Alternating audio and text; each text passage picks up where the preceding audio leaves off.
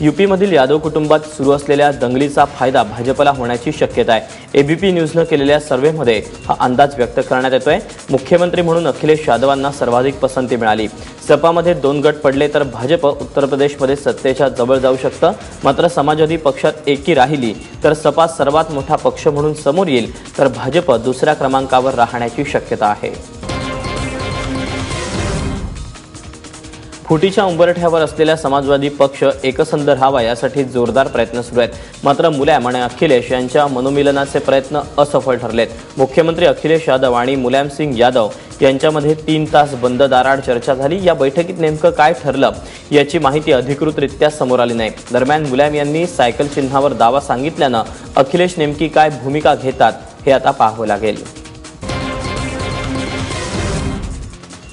रोज valley chit fund घोटाळ्यात सीबीआयनं तृणमूल काँग्रेसचे लोकसभेतील संसदीय पक्षाचे नेते सुदीप बंदोपाध्याय यांना अटक केली। कोलकात्यातल्या कार्यालयात चौकशी केल्यानंतर सीबीआयनं सुदीप बंदोपाध्याय यांना अटक केली। सुदीप बंदोपाध्याय हे ममता बॅनर्जी यांच्या निकटच्या वर्तुळातील नेत्यांपैकी एक मानले जातात। बंदोपाध्याय यांनी आरोप फेटाळून लावताना केंद्र सरकारनं आपल्या विरुद्ध आणि तृणमूल विरुद्ध राजकीय षडयंत्र रचल्याचा आरोप आहे। रिलायन्स जिओनंतर आता एअरटेलनंही आपल्या ग्राहकांना खुश करण्याचा निर्णय घेतला। शिवाय दुसऱ्या सर्व्हिसकडून एअरटेलकडे धाव घेणाऱ्यांना मोठं आमिष दाखवलं।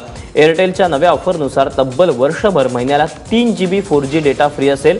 प्रीपेड ग्राहक आणि पोस्टपेड ग्राहकांसाठी ही सुविधा असणार आहे। आजपासून या नव्या ऑफरची सुरुवात होते। एअरटेलचे सध्याचे ग्राहक 4G मध्ये अपग्रेड करत असतील तर त्यांना सुद्धा ही सुविधा मिळणार आहे। LPG सिलेंडर जर तुम्ही ऑनलाईन बुक केलात आणि त्याचं पेमेंट ऑनलाईन केलं तर तुम्हाला 5 रुपयांची सूट मिळणार आहे। तेल कंपन्यांनी तशी ऑफर केली आहे। त्यामुळे मोदींच्या कॅशलेस इंडियाच्या मोहिमेत आता तेल कंपन्याही हातभार लावत आहेत।